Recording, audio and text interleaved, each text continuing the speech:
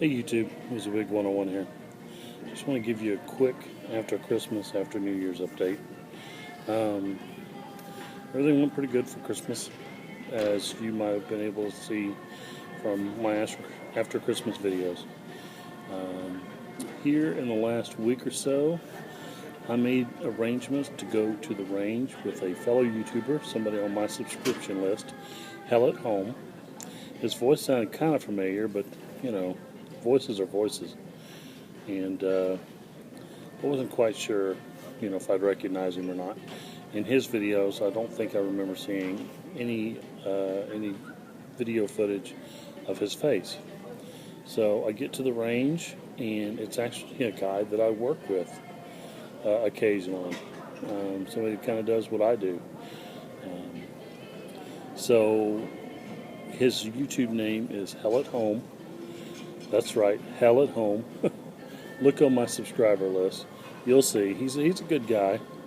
Anyway, so we went shooting. I re-zeroed my 1022. I needed to because whenever I mounted the scope to the top, I forgot and left the sight, the rear sight, in the upright position.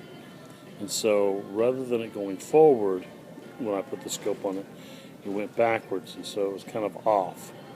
So I went ahead and dismounted the scope and flipped it over and then remounted the scope. And to me, anytime you mess with your scope, you need to re-zero. And sure enough, it was about 1.5 inches, 2 inches high above the center, and about 2 inches to the right. So I re-zeroed, and using the new bipod system, which was really cool. Thank you to my lovely wife. And of course it had the flash compensator on the end, which it's a 1022.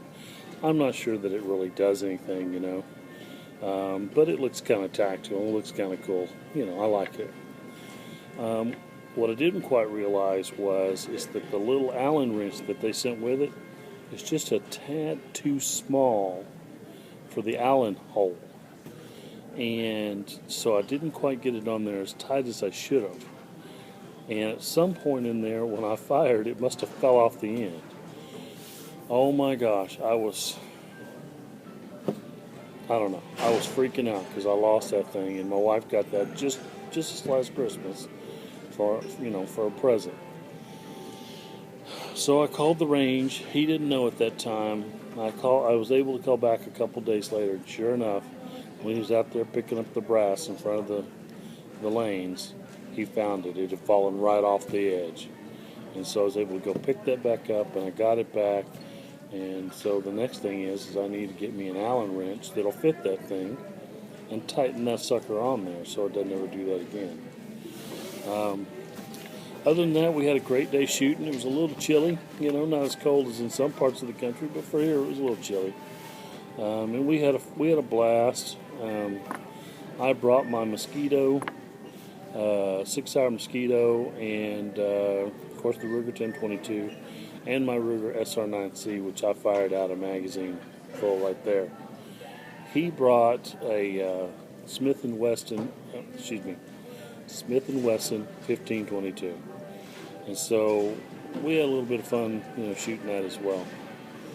So, anyways, that was pretty much it. We just had a good day at the range, and I hope all of you get a chance, if you haven't already, to have a good day at the range.